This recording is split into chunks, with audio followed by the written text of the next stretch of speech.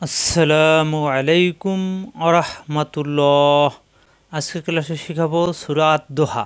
সূরা আদ-দোহার ফজিলত সহ সহি শুদ্ধ তেলাওয়াত শেখানোর চেষ্টা করব ইনশাআল্লাহ। সবাই মনোযোগ দিয়ে ক্লাস করবেন এবং অন্যান্য মুসলিম ভাই বোনেরা যাতে এই সূরার ফজিলত জানতে পারে এবং সহি শুদ্ধ তেলাওয়াত শিখে নামাজে তেলাওয়াত করতে পারে সেজন্য ভিডিওতে একটি লাইক দিয়ে সাবস্ক্রাইব করে আমাদের সাথেই থাকবেন। সূরা আদ-দোহা কোরআনুল কারীমের 93 নম্বর সূরা। এই সূরাটি মক্কায় অবতীর্ণ হয়। এর আয়াত সংখ্যা 11টি। নবীজির কাছে যখন ওহী আসা বন্ধ হয়ে যায় তখন নবী করিম সাল্লাল্লাহু আলাইহি সাল্লাম একটু পেরেশানিতে পড়ে যান, অর্থাৎ টেনশনে পড়ে যান। আল্লাহ তাআলা কি আমাকে ভুলে গেলেন? এই আল্লাহ তাআলা ভুলে গেলেন এই টেনশন যখন নবী করিম সাল্লাল্লাহু আলাইহি সাল্লাম করতেছিলেন তখনই এই সূরা আদ-দোহা নাজিল হয়। সূরা আদ-দোহা তেলাওয়াতের ফজিলত। এই সূরায় আল্লাহ হুজুর সাল্লাল্লাহু আলাইহি সাল্লামকে এমন 3টা নিয়ামত দানের সুসংবাদ দিয়েছেন যা সমগ্র উম্মতের জন্য গৌরবের বিষয় এবং ফজিলত স্বরূপ। নাম্বার 1, তিনি আল্লাহর মনোনীত দ্বীন এবং ধর্মের সন্ধান লাভ করেছেন। নাম্বার 2, তিনি সহায় সম্বলহীন দরিদ্র ছিলেন। আল্লাহ তাকে বিত্তবান এবং দুনিয়া ও আখেরাতের বাদশা বানিয়েছেন। নাম্বার 3, তাকে রাজি খুশি করার এবং তিনি যা কিছু চাবেন তা দিয়ে তাকে সন্তুষ্ট করার প্রতিশ্রুতি দেওয়া হয়েছে। যে কেহ অত্র সূরা স্বপ্নে দেখবে সে ইয়াতিম মিসকিনদের সাথে সদাচরণ এবং খেজমত করার সুযোগ লাভ করবে। খুবই গুরুত্বপূর্ণ সূরা, আসুন আমরা সহি শুদ্ধ তেলাওয়াত শিখে নেই। আউযু বিল্লাহি মিনাশ শাইতানির রাজীম। বিসমিল্লাহির রহমানির রহিম। আদ-দুহা ওয়াল-লাইলি ইযা সাজা মা ওয়াদ্দাআকা রাব্বুকা ওয়া মা ক্বালা। আদ-দুহা অমিলবে দদের সাথে এই দদের মাখরাজ জিহ্বার গোড়ার কিনারা উপরের মারিদাতের গোড়ায় লাগবে, আর দদের তাসদিদ থাকলে দুইবার পড়তে হবে। অদ্দু হা কণ্ঠনালীতে চাপ দিয়ে খাড়া যাবার একালিপ টান। আর বাম পাশে খালিয়া আসার কারণে এটা মাদে ইবদাল, এই খালিয়া পড়তে হবে না, এই ডান পাশে হরফকে একালিপ টানতে হবে। এখানে একালিপ টানের সংকেত আছে, যদি না থাকে শুধু জবর থাকে তাও একালিপ টানতে হবে। সবাই লক্ষ্য রাখবেন, থামার জায়গায় খালিয়া আসলে ডানের হরফটা একালিপ টান হবে। অদ্দু হা ওয়াল-লাইলি ইযা সাজা, যা নরম করে সা জিব্বার নিচেতে চাপ দিয়ে জিম খাড়া যাবর যা একালিপ টান জিব্বার মাঝখানে উঠে তালুতে। ইযা সাজা ওয়াল-লাইলি ইযা সাজা মা ওয়াদ্দাআকা রাব্বুকা ওয়া মা ক্বালা। মা একালিপ টান, মা ওয়াদ্দাআকা কণ্ঠনালীতে চাপ দিয়ে মা ওয়াদ্দাআকা রাব্বুকা ওয়া মা ক্বালা। মা একালিপ টান, কা হবে না, কয়লা এলা একালিপ টান। আমরা জানি থামার জায়গায় খালি আসলে ডান দিকের হরফে একালিপ টান হবে। কয়লা মা ওয়াদ্দাআকা রাব্বুকা ওয়া মা ক্বালা। ওয়ালাল আখিরাতু, ওয়ালাল আ হামজা খাড়া যাবার আ একালিপ টান। ওয়ালাল আখিরাতু রা হবে না। ওয়ালাল আখিরাতু খায়রুল লাকা, খ কিন্তু খা হবে না। খায়রুল লাকা মিনাল উলা। এই রয়ের দুই পেশের এক পেশে লামের সাথে মিলবে। আমরা জানি তানবিন এবং নুন সাকিনের বাম পাশে লাম আসলে এই লামের তাসদিদ ধরে মিলিয়ে পড়তে হয় গুন্না ছাড়া। দুই পেশের এক পেশে লামের সাথে মিলবে। ওয়ালাল আখিরাতু খায়রুল লাকা মিনাল উলা। পেশের বামে সাকিন একালিপ টান আর খাড়া যাবার একালিপ টান। উলা অক্ষে আসছে খালিয়া পড়তে হবে না, ডান দিকের হরফ একালিপ টান হবে।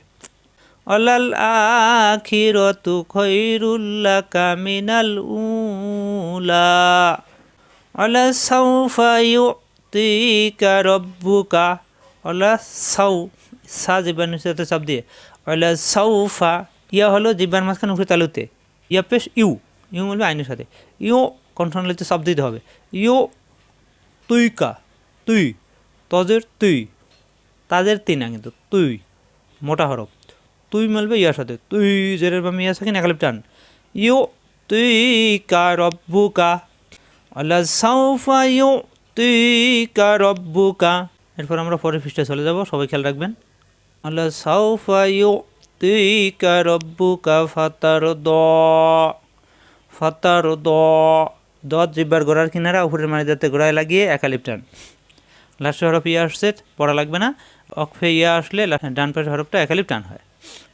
ফাতার দ, ফাতার দ ওয়ালা সাউফা ইউতিকা রব্বুকা ফাতারদা আলাম ইয়াজিদকা ইয়াতীমান ফাআওয়া আলাম ইয়াজিদে এই জি মিলবে দালের সাথে দাল সাকিন কলকলা আলাম ইয়াজিদে কবজা বরকা আলাম ইয়াজিদকা ইয়াতি যেরকম মিয়া সাকিন এক টান ইয়াতীমান তানবিনের পরে আসছে ফা ইকফা গুন্না অন্বেষণের মতো গুন্না হবে ইয়াতীমান ফাআওয়া দুটোটাই খাড়া যাবর একালিপ করে টান ফাআওয়া থামার জায়গায় ইয়া আসার কারণে ডান দিকের হরফ এমনিতেই একালিপ টান হবে আলাম ইয়াজিদকা ইয়াতীমান ফাআওয়া ওয়া ওয়াজাদাকা দাল্লান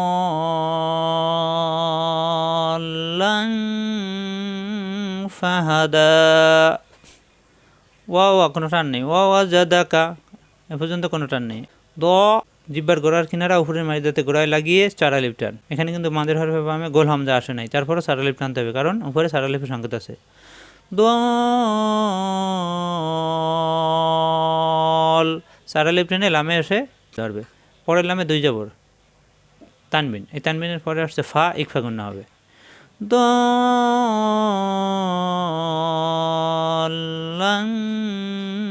ফাহাদা লাস্টের হরফে একালিফ টান হবে কারণ অক্ষে আসছে ইয়া পড়তে হবে না ফাহাদা ওয়া ওয়াজাদাকা দাল্লান